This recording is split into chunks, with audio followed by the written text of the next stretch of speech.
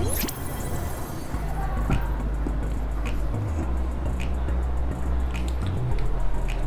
Students, welcome to Bansal classes online. I am Jaysingh Suryavanshi.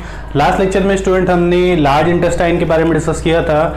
हमने discuss किया था बेटा कि लार्ज इंटेस्टाइन मेनली वाटर और मिनरल्स को एब्जॉर्ब करती है, और जितनी भी स्मॉल इंटेस्टाइन का पार्ट है बेटा, जैसे ड्यूडेनम, जेजुनम एंड इलियम, ये तीनों पार्ट। और बेटा हाँ, मैनर बहुत इंपॉर्टेंट है इसमें, ठीक है। सीक्वेंस जो है बहुत इंपॉर्टेंट है। सबसे पहले ड्यूडेनम ही होती है, आप आगे पीछे नाम को नहीं कर सकते हो। सबसे आगे होती है ड्यूडेनम, उसके बाद होती है जेजुनम, और सबसे लास्ट में होती है बेटा इलियम। इलियम के अंदर ज्यादा से ज्यादा नंबर में विलाय प्रेजेंट होते हैं, और हमने डिस्कस किया था बेटा कि जितने ज्यादा विलाय होंगे उतना ही ज्यादा एब्जॉर्प्शन एरिया इंक्रीज होता है, और जितना ज्यादा एब्जॉर्प्शन एरिया होगा, जितने ज्यादा विलाय होंगे, उतने ही ज्यादा न्यूट्रिएंट एब्जॉर्ब होते हैं। तो मतलब स्मॉल इंटेस्टाइन के अंदर न्यूट्रिएंट एब्जॉर्ब होते हैं बेटा। तो स्मॉल इंटेस्टाइन मेनली न्यूट्रिएंट को एब्जॉर्ब करने के लिए होती है, जितने भी फूड के अंदर न्यूट्रिएंट प्रेजेंट होते हैं। इसके बाद में जितनी भी लार्ज इंटेस्टाइन का पार्ट है, तो ये मेनली क्या करती है, टेम्परेरी स्टोरेज का काम करती है। जितना भी अनडाइजेस्टेड वेस्ट पार्ट है फूड का, साथ ही साथ वाटर और जितने भी मिनरल्स हैं अनडाइजेस्टेड पार्ट के अंदर, जितने भी मिनरल्स हैं और जितना भी वाटर हमारा होता है बेटा, उसको भी एब्जॉर्ब करने का काम ये लार्ज इंटेस्टाइन करती है, ठीक है। तो हमने ये सब पार्ट डिस्कस कर लिया था। हमने देखा था बेटा लार्ज इंटेस्टाइन का डायमीटर ज्यादा होता है as compare to small intestine, इसीलिए इसको बोलते हैं लार्ज इंटेस्टाइन। तो लार्ज इंटेस्टाइन और स्मॉल इंटेस्टाइन नाम क्यों है? क्योंकि स्मॉल इंटेस्टाइन डायमीटर में कम होती है, नैरो होती है। सबसे बेटा नैरोएस्ट एलिमेंट्री कैनाल है ना, एलिमेंट्री कैनाल का सबसे लोएस्ट या फिर बोल सकते हैं सबसे नैरोएस्ट पार्ट है, तो इसीलिए इसको क्या बोलते हैं, इसलिए इसको बोलते हैं बेटा स्मॉल इंटेस्टाइन। और जितने भी लार्ज इंटेस्टाइन है उसमें डायमीटर काफी ज्यादा होता है स्मॉल इंटेस्टाइन कंपैरिजन में, लेकिन लेंथ में कम होती है ये, तो इसीलिए इसको बोलते हैं हम लार्ज इंटेस्टाइन। और इसके 3 पार्ट होते हैं। फर्स्ट पार्ट डिस्कस किया था हमने सीकम, सेकंड पार्ट डिस्कस करेंगे आज की क्लास में हम कॉलम। हमने देखा बेटा सीकम जो है हर्बीवोरस एनिमल्स के अंदर ज्यादा डेवलप कंडीशन में होता है, क्योंकि बेटा हमारी लार्ज इंटेस्टाइन के अंदर काफी सारे माइक्रो ऑर्गेनिज्म प्रेजेंट होते हैं, काफी सारे बैक्टीरियाज प्रेजेंट होते हैं, और ये बैक्टीरियाज हमारे लिए काफी ज्यादा इंपॉर्टेंट रोल प्ले भी करते हैं। यही वो बैक्टीरियाज है बेटा जो कि हमारी बॉडी के अंदर विटामिन के का प्रोडक्शन करते हैं, ठीक है। फाइलोक्विनोन जो कि विटामिन के है उसका प्रोडक्शन करते हैं यही बैक्टीरियाज जो कि हमारी लार्ज इंटेस्टाइन हार्बर करती है। हमारी लार्ज इंटेस्टाइन के अंदर ये बैक्टीरियाज प्रेजेंट होते हैं, ठीक है। तो हमारे लिए बैक्टीरियाज काफी इंपॉर्टेंट रोल भी प्ले करते हैं। विटामिन के जो कि फाइलोक्विनोन होती है बेटा, आपने 6th क्लास में पढ़ा होगा नाम, फाइलोक्विनोन जो कि विटामिन के है उसका प्रोडक्शन करने में भी ये बैक्टीरियाज हेल्प करते हैं, ठीक है। तो आपसे पूछ लेता है कई बार कि सबसे ज्यादा जो माइक्रो ऑर्गेनिज्म है या फिर जो बैक्टीरियाज है वो कहां पे प्रेजेंट होते हैं, तो लार्ज इंटेस्टाइन में प्रेजेंट होते हैं, ठीक है।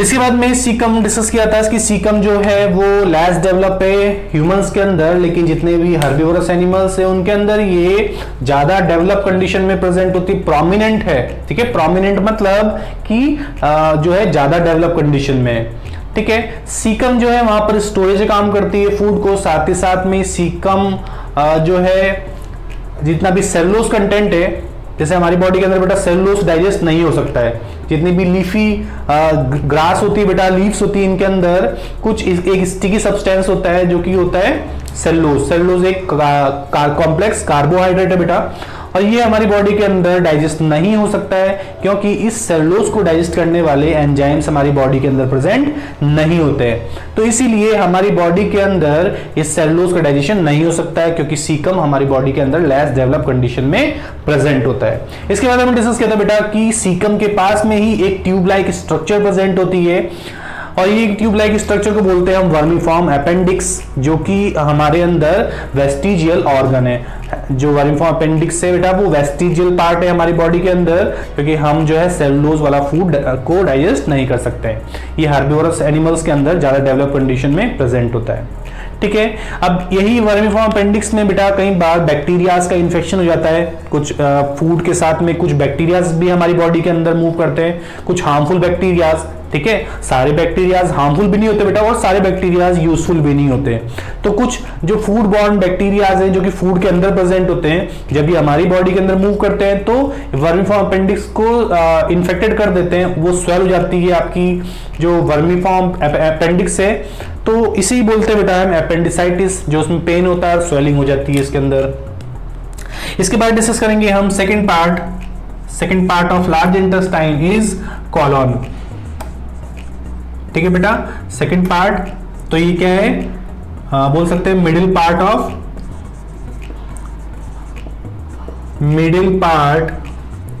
Of large intestine. क्या है बेटा, ये मिड पार्ट है लार्ज इंटेस्टाइन का, स्मॉल इंटेस्टाइन नहीं, लार्ज इंटेस्टाइन का ये मिडिल पार्ट है। ठीक है, जो कॉलन है वो लार्ज इंटेस्टाइन का मिडिल पार्ट है। ठीक है, it is about 4 to 5 feet in length and लिख सकते हैं बेटा 3 inch in diameter। ठीक है, तो इसका डायमीटर जो है वो अराउंड इसका 3 इंच का होता है और बेटा जो इसकी लेंथ है वो अराउंड 4 to 5 फीट तक हो सकती है, वेरी भी कर सकती है। ठीक है, इसके बाद में हमें देखना है बेटा कि colon is divided into different parts. जो कॉलन है वो डिफरेंट पार्ट्स में डिवाइड होता है बेटा। फर्स्ट, सेकंड लिखते हैं बेटा। फर्स्ट देखने को मिलता है हमें असेंडिंग कॉलन। ठीक है, सेकंड होता है बेटा डिसेंडिंग कॉलन। थर्ड इसके बाद में लिखते हैं, पहले आप इनको लिख लीजिए। जो कॉलन है is divided into different parts, ascending colon, descending colon, ऐसे ही ट्रांसवर्स कॉलन होता है बेटा और सिग्मोइड कॉलन प्रेजेंट होता है। तो उसके बाद में लिखते हैं स्पेस कम है। ठीक है, पहले आप लिख लीजिए कि colon is the mid part of large intestine, it is about 4 to 5 feet in length and around 3 inch in diameter. It is divided into different parts such as first part of this colon is ascending colon। ठीक है, it is ascending part of colon. Descending colon क्या है, downward part है इस colon का। इसके बाद में हम डिस्कस करेंगे बेटा कि ट्रांसवर्स कॉलन क्या होता है और जो है सिग्मोइड कॉलन क्या होता है। पहले इसको नोट डाउन कीजिए, फिर इसके बाद हमें एक डायग्राम बनाना है जिसके थ्रू हमें सारे पार्ट जो हैं इस कॉलन के वो समझ में आ जाएंगे। पार्ट भी बोल सकते हो बेटा और टाइप भी बोल सकते हो। ठीक है, क्योंकि बेटा ये सारा एक ही कॉलम से बना हुआ है इसलिए हम पार्ट लिख रहे हैं कि ये जो है सारे पार्ट हैं। नोट डाउन कीजिए इसको।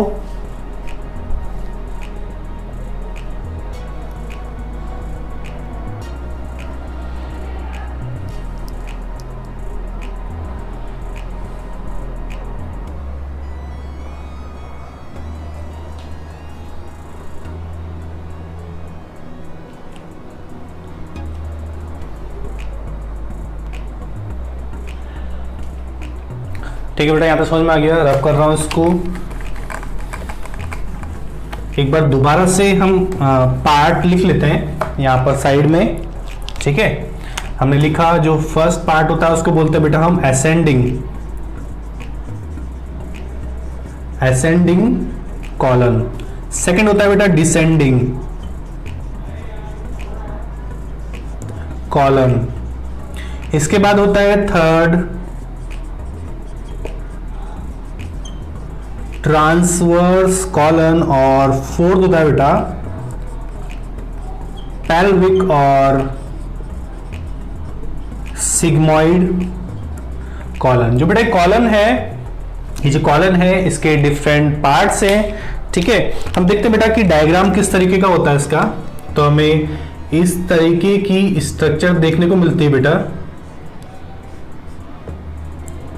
ठीक है, इस तरीके की हमें स्ट्रक्चर देखने को मिलती है। एक रफली स्ट्रक्चर डिस्कस कर रहा हूं बेटा।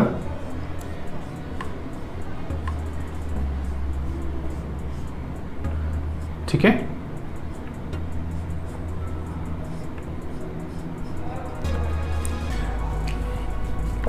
थोड़ा सा और इसको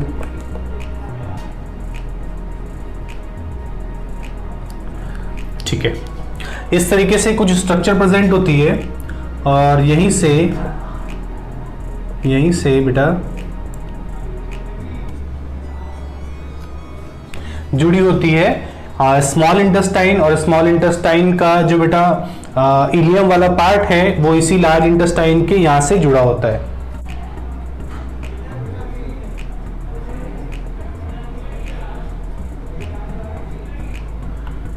ठीक है, तो इस तरह की कुछ स्ट्रक्चर हमें देखने को मिलती है लार्ज इंटेस्टाइन की। ठीक है, और इसी के अंदर यहां पर हमें स्मॉल इंटेस्टाइन देखने को मिलती है। ये स्मॉल इंटेस्टाइन इस तरीके से बीच में देखने को मिलती है। ठीक है, एक रफली डायग्राम बनाया बेटा मैंने। तो हमें देखने को मिलते हैं कि इस लार्ज इंटेस्टाइन के अंदर ये जो बेटा लार्ज इंटेस्टाइन है, ये पूरी लार्ज इंटेस्टाइन है बेटा। ठीक है, ये पूरी क्या है, लार्ज इंटेस्टाइन। अब इसमें ये डिफरेंट पार्ट्स में डिवाइड होती है। तो हमें ये जो पार्ट दिख रहा है बेटा, है ना, ये जो पार्ट जुड़ा हुआ है इससे, है ना, ये जो पार्ट जुड़ा हुआ है इससे, ये कौन सा पार्ट है बेटा, ये सीकम वाला पार्ट है। ये जो लास्ट पार्ट दिख रहा है आपको, ये कैसा पार्ट है, सीकम वाला। ठीक है, और इसी सीकम वाले पार्ट से स्मॉल इंटेस्टाइन का ये पार्ट जुड़ा हुआ है जिसे बोलते हैं हम इलियम। तो मतलब इलियम और सीकम के बीच में एक वॉल प्रेजेंट होता है। ठीक है, ileum, between the ileum and caecum, है ना, यहां पर एक वॉल प्रेजेंट होता है between the ileum and caecum. और उस वॉल को हम क्या बोलते हैं, तो उस वॉल को बोलते हैं बेटा इलियो सीकल वॉल्व या फिर इलियोसिकल स्फिंक्टर। इलियोसिकल वॉल्व या फिर इलियोसिकल स्फिंक्टर। ठीक है, इसके बाद में हम देख रहे हैं बेटा कि ये पार्ट जो होता है जहां से ये स्मॉल इंटेस्टाइन जुड़ी हुई है, इसी पार्ट को बोलते हैं हम, इस पार्ट को बोलते हैं बेटा, हम दूसरे कलर से लिख देता हूं, मिक्स हो जाएगा यहां पर। इस पार्ट को बोलते हैं हम सीकम, CEACUM, सीकम। ठीक है, इसी पार्ट को बोलते हैं बेटा सीकम। सीकम के बाद में ये जो पार्ट देखने को मिल रहा है बेटा, ठीक है, ये तो देख लिया हमने सीकम। ये वाला जो पार्ट देखने को मिल रहा है बेटा, ये वाला पार्ट, इसको बोलते हैं हम कॉलन। ये भी कॉलन है, ये भी कॉलन है, ये भी कॉलन है और ये भी कॉलन है। ठीक है, इसको क्या बोलते हैं बेटा, इसको बोलते हैं हम ascending colon, ASCENDING, ascending colon. ठीक है, स्पेलिंग यहां से देख लेना बेटा, अगर नहीं दिखाई दे तो, असेंडिंग कॉलन। ठीक है, इस वाले पार्ट को बोलते हैं बेटा हम ट्रांसवर्स कॉलम, ट्रांसवर्स कॉलम। और ये जो आपको देखने को मिल रहा है, ये वाला पार्ट, डाउनवर्ड वाला पार्ट, इसको बोलते हैं बेटा हम कौन सा, डिसेंडिंग कॉलम। ठीक है, DESCENDING, डिसेंडिंग कॉलम। ठीक है बेटा, इसके बाद में जो ये आपको ये वाला पार्ट दिख रहा है, ये एस शेप का पार्ट दिख रहा है, इसको बोलते हैं हम पेल्विक, या फिर इसको बोलते हैं हम सिग्मॉइड कॉलम। क्या बोलते हैं, पेल्विक या फिर सिग्मॉइड कॉलम। इसके बाद में जो हमें ये लास्ट वाला पार्ट दिख रहा है, इसको बोलते हैं बेटा हम रेक्टम। ये जो लास्ट वाला पार्ट दिखता है इसे बोलते हैं बेटा हम एक्टम।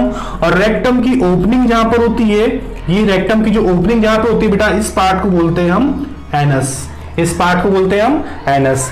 तो रेक्टम वाला पार्ट एनस के ऊपर प्रेजेंट होता है, रेक्टम की जहां पर ओपनिंग होती है उसे बोलते हैं हम एनस। और ये जो आपको ये बिल्कुल बीच में दिख रहा है, इसे बोलते हैं, इसको बोलते हैं हम स्मॉल इंटेस्टाइन।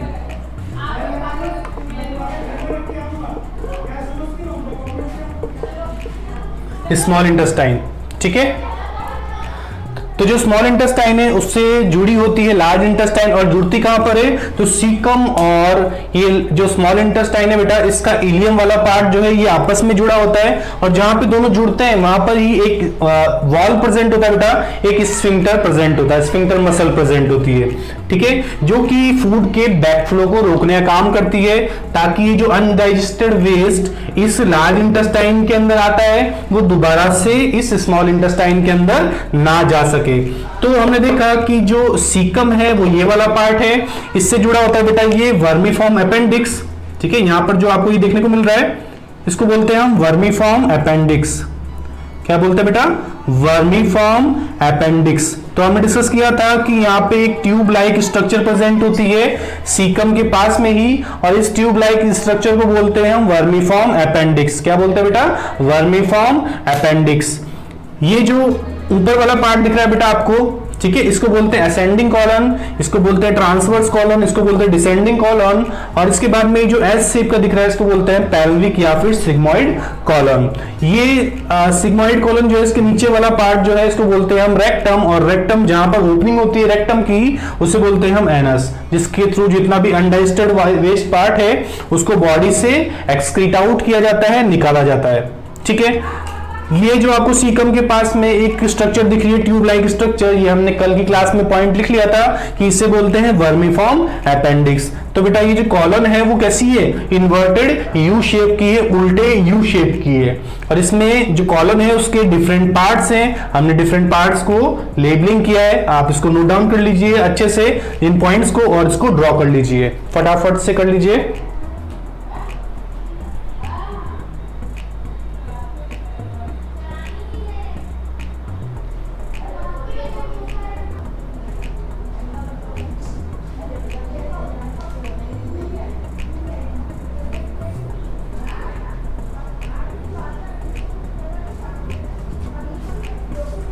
ठीक है बेटा, इसके बाद में हम डिस्कस करेंगे रेक्टम को।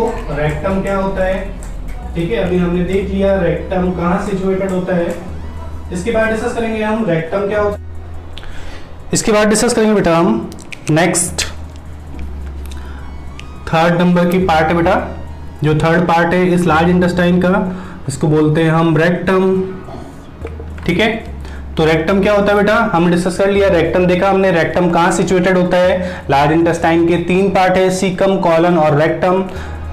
सीकम जो है वो लेस डेवलप टाइप का है ह्यूमंस के अंदर, और जो कॉलन है बेटा वो डिफरेंट पार्ट्स में डिवाइड है। साथ ही साथ में एक जो लास्ट बेस वाला पार्ट है उसको बोलते हैं हम रेक्टम। ठीक है, तो rectum is small muscular part of the large intestine. It is situated at the base of large intestine. ठीक है, तो बेटा ये जो रेक्टम है, रेक्टम सबसे इंडरमोस्ट पार्ट है बेटा, सबसे नीचे वाला पार्ट है। ठीक है, अपर पार्ट देखा था बेटा हमने, सबसे ऊपर वाला जो पार्ट है ना, सीकम और कॉलन। फिर इसके बाद में रेक्टम है जो कि इंडरमोस्ट पार्ट है, सबसे एंड वाला पार्ट है बेटा, और ये कहाँ प्रेजेंट होता है? तो लार्ज इंटेस्टाइन के बेस से प्रेजेंट होता है। एक और पॉइंट लिख लेते हैं, इट ओपन्स इनटू एनस। ठीक है बेटा, जो रेक्टम है, रेक्टम एनस में ओपनिंग होती है इस रेक्टम की, और it helps in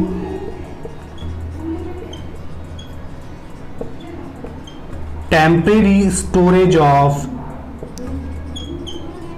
food. It helps in the temporary storage of food. तो टेम्परेरी फूड को स्टोर करने का काम करता है ये रेक्टम, और इसके बाद में जब ज्यादा अमाउंट में अनडाइजेस्टेड वेस्ट पार्ट कलेक्ट हो जाता है इस रेक्टम में, तो एनस के थ्रू उसको एक्सक्रीट आउट कर दिया जाता है, उसको बाहर रिलीज कर दिया जाता है, और इसी प्रोसेस को बोलते हैं हम इजेशन। तो हमने देखा बेटा रेक्टम जो है स्मॉलेस्ट मस्कुलर पार्ट है, कहाँ सिचुएटेड होता है? तो अभी हमने डायग्राम में डिस्कस कर लिया है। इसके बाद में ये बेस पे प्रेजेंट होता है लार्ज इंटेस्टाइन के, और जो रेक्टम है वो ओपन होता है एक ओपनिंग के थ्रू, और उस ओपनिंग को बोलते हैं बेटा एनस। ठीक है, हमने होलोजोइक न्यूट्रिशन के जब स्टेप्स डिस्कस किए थे वहां पर हमने देखा था फर्स्ट स्टेप होता है बेटा इंजेशन। इंजेशन मतलब फूड को खाना, लेना फूड को। ठीक है, और फूड को लेना बेटा, फूड का इनटेक जो है हम करते हैं बक्कल कैविटी के थ्रू। ठीक है, इसके बाद में इसी स्टेप को बोलते हैं इंजेशन। ठीक है, इजेशन और इंजेशन में फर्क है बेटा। इंजेशन सबसे फर्स्ट स्टेप है और इजेशन सबसे लास्ट स्टेप है। इजेशन होता है इस एनस के थ्रू जितना भी अनडाइजेस्टेड वेस्ट पार्ट होता है वो कुछ टाइम के लिए इस रेक्टम में स्टोर होता है, और स्टोर होने के बाद में जब ज्यादा अमाउंट में कलेक्ट हो जाता है तो एनस के थ्रू उसको बाहर रिलीज कर दिया जाता है, एक्सक्रीट आउट कर दिया जाता है। इसी ओपनिंग को बोलते हैं हम एनस। तो रेक्टम एनस के थ्रू ओपन होता है। नोट डाउन कर लीजिए बेटा इसको।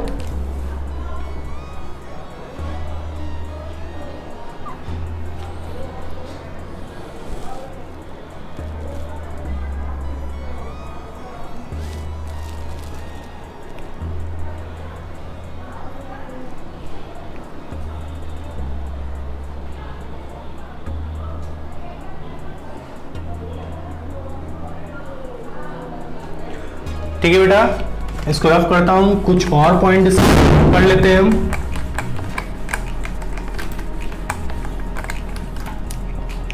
कुछ और पॉइंट डिस्कस कर लेते हैं बेटा। इसके बाद में डाइजेस्टिव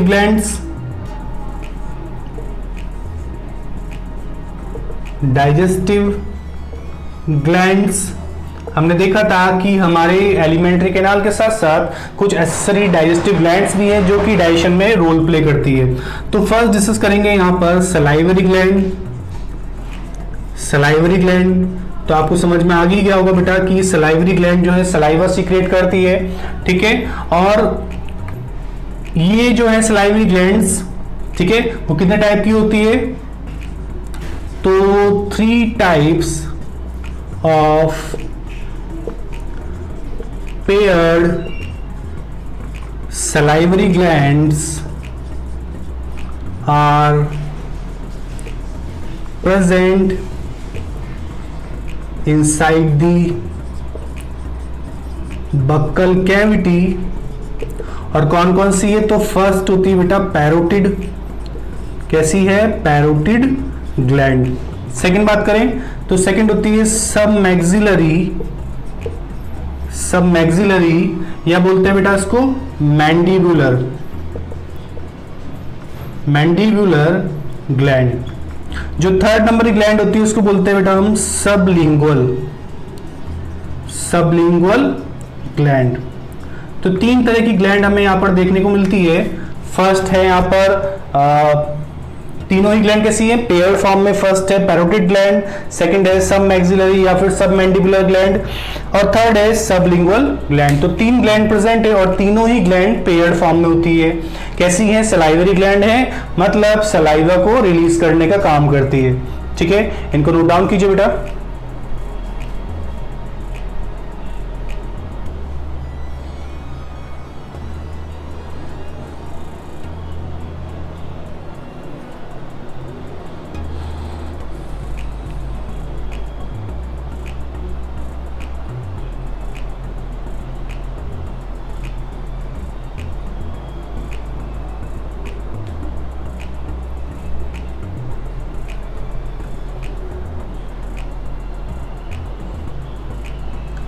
ठीक है, रफ कर रहा हूं उसको।